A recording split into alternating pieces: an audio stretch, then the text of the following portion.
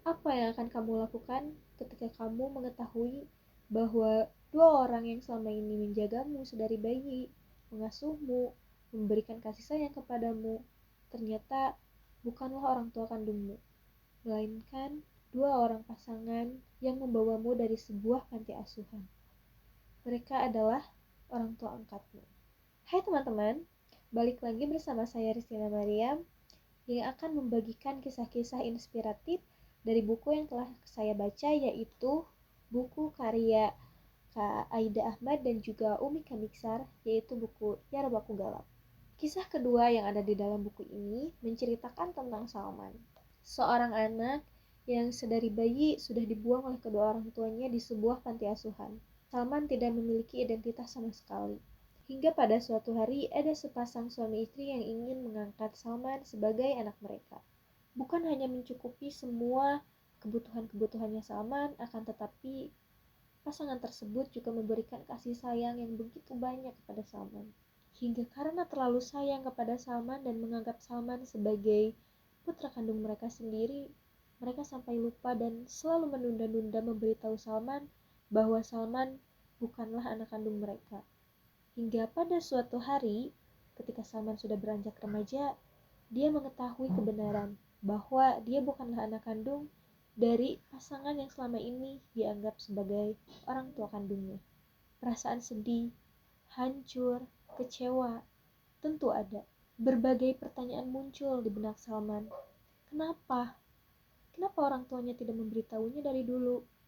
Jika Salman bukanlah anak kandung mereka, kenapa Salman harus menceritakan itu sendiri? Banyak sekali pertanyaan di benak Salman.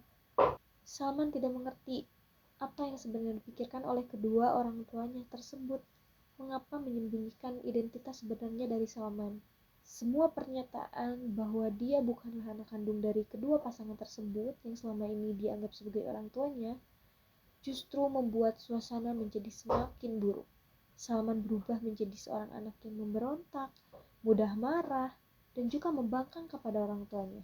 Dengan semua bukti-bukti yang ada bahwa Salman hanyalah anak angkat dari kedua orang tuanya, Salman tidak bisa menerima semua keadaan itu. Hingga suatu hari dia nekat untuk mencari keberadaan orang tua kandungnya yang sebenarnya. Beberapa kali Salman mendatangi panti asuhan di mana tempat dia dibuang dulu oleh orang tua kandungnya, akan tetapi hasilnya tetap nihil.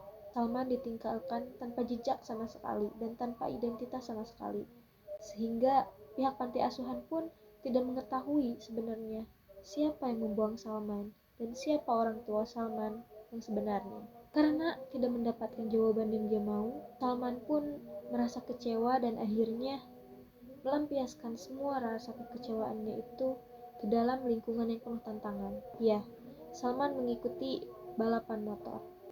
Akan tetapi, karena Salman tidak pernah melakukan hal itu sebelumnya, dia pun mengalami kecelakaan.